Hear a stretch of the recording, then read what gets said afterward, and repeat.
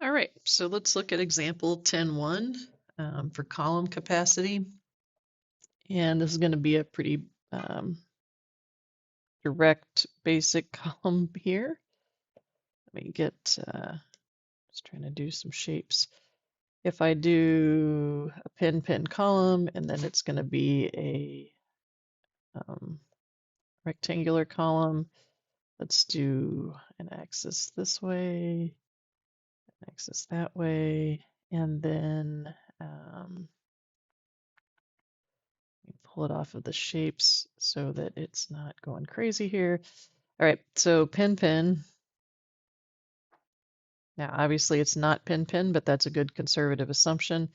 We're going to say that the length is 10 feet on this column. And if it's pin, we know that K effective is equal to 1, all right? If this is, I'm going to call this the x-axis and the y-axis here.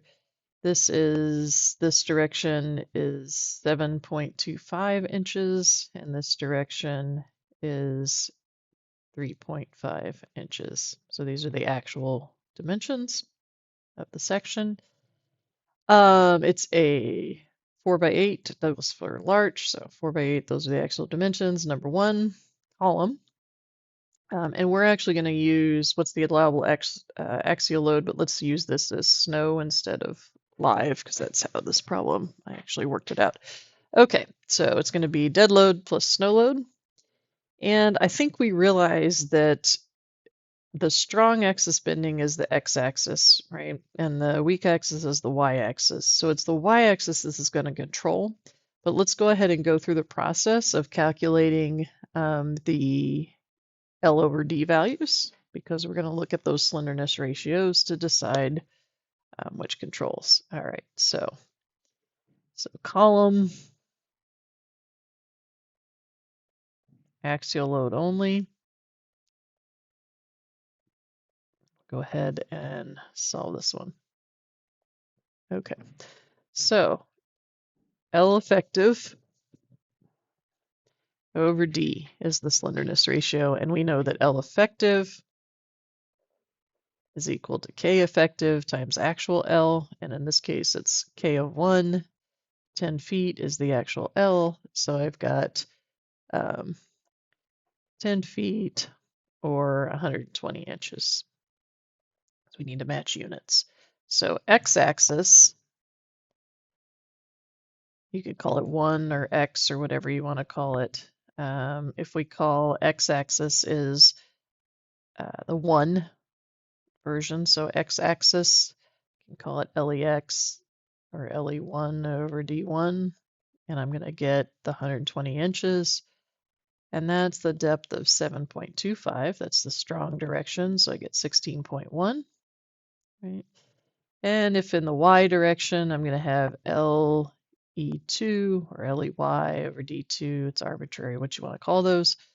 And in that direction, I'm going to get 120 inches over 3.5 inches and get 34.3 inches.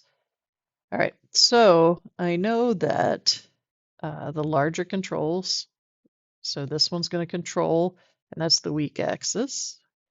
Weak axis controls because it has the larger L over D, L effective over D. All right. I know that I need to have my slenderness ratio, LE over D, has to be less than 50, and it's check because it's 34.3 inches. All right. And that, if we want to just, let's track where stuff is from here. That is in the NDS, sections 3.7.1.4. All right. Now, we need to do F, the stress, F prime sub C, different than our normal F prime C. All right, is F sub C times each of the factors. So C sub D, C sub M, C sub T. The dog's going to bark a little bit. We're going to ignore that for now. C sub F, C sub I, and C sub P. And that comes from, boy, having all kinds of stuff here. Sorry. That's my telephone, but we're going to keep going. NDS 4.3.1, just keeping it real here. All right, if you go into NDS 4.3.1, that's where you'll see the chart that shows you the different C value, which C values apply when we're looking at compression parallel to the grain, right? Which is what F sub C is. All right, so F sub C, this guy, if I look it up in table 4A of the supplement, I'll get 1507 PSI. Table 4A, you've been there a bunch of times at this point for the saw lumber examples. C sub D was 1.15. C sub M equals 1, and that's true of C sub T, C sub I, those are also 1. And C sub F is equal to 1.05. And that's also in the supplement. So if I go into page 32, the supplement, go ahead and go take a look at that really quickly. So open up your supplement. I actually meant to have this open for mine. And look on page 32, and you can see for C sub F, size factor. So you got to go look under there at your different size factors, and you can get the 1.05. And you're going to look under, in this table, you see F sub B, F sub T, and F sub C. So make sure you don't use the bending, that you're going to use F sub C, which is the compression parallel to the grain. Okay? So just go into that table, make sure you can see where that value comes from so you don't make that mistake when you're doing your homework. All right. Now, we still have to do C sub P, the last one here, and that's the more complicated one. So C sub P is the one that had the big long formula that I showed on the slide before. 1 plus F sub C E over F C star over 2C minus the quantity of basically that same thing. 1 plus F sub CE over FC star.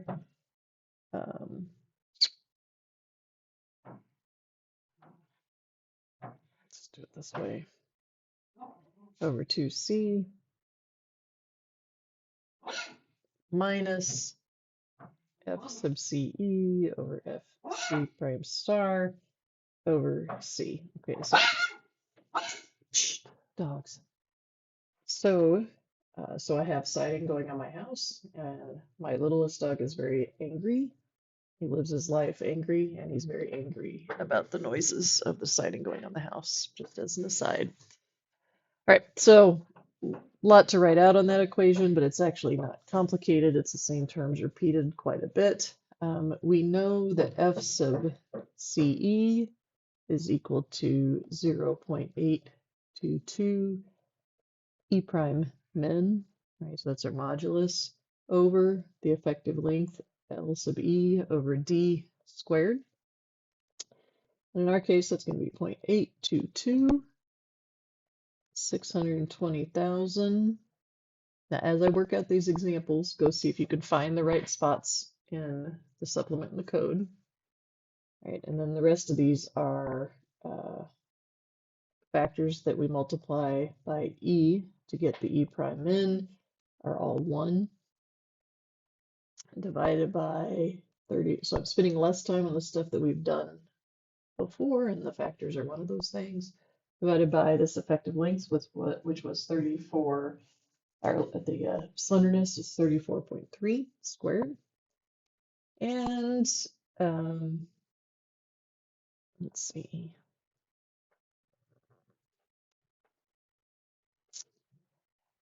F sub CE, if I do that calculation now, is 433 psi. All right, now I need FC star, and that guy is going to be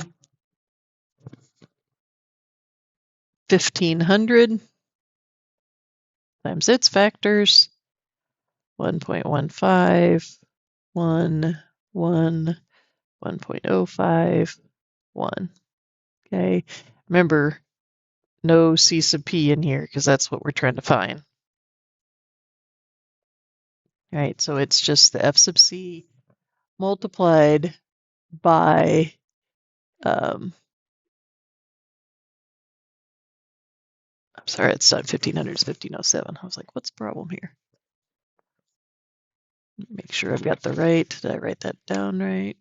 I think it's, why don't we look at table 4A and just make sure. Table 4A of the supplement.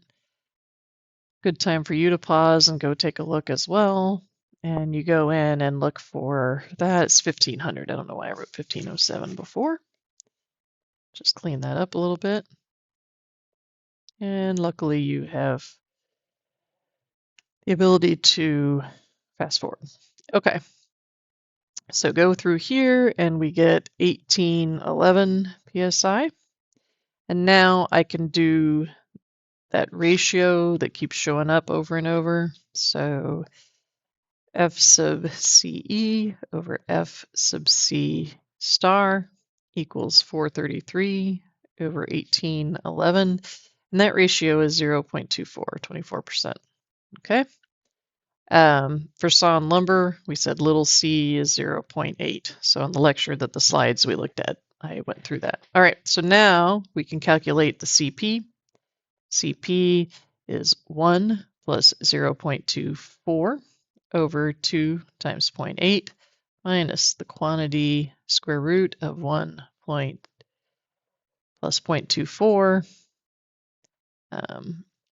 Did I do the whole squared under here? This is squared, right here. Squared over 2 times 0.8 minus 0.24 over 0.8. All right, and I get a CP value of 0.23. So that was a lot of work to get that one coefficient, but such is when we start looking at stability and buckling and things like that.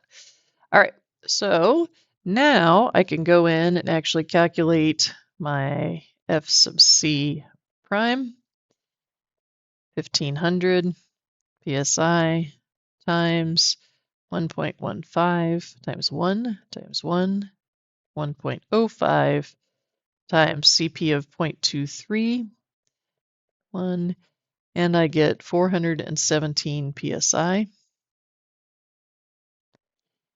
So if I compare that to the demand, a little F sub C, just P over A, I can solve back because it asks us what? It didn't say check it, it says determine the allowable axial load. So I'm solving for P this time. So if I solve for P, P over A, so I'm going to set 417 psi equal, because that's the biggest it can be, equal to P over A, which is the actual area. They didn't tell us about any reduced in cross section or holes or anything like that. And so P max equals 10,581 pounds, or about 10.6 kips. Okay. The only reason I needed to know whether it was snow or live is for duration type factors, right? So total P allowed is 10.6 kips. All right. All right. So we'll stop here, and then I'll move on to a design example where we start from scratch.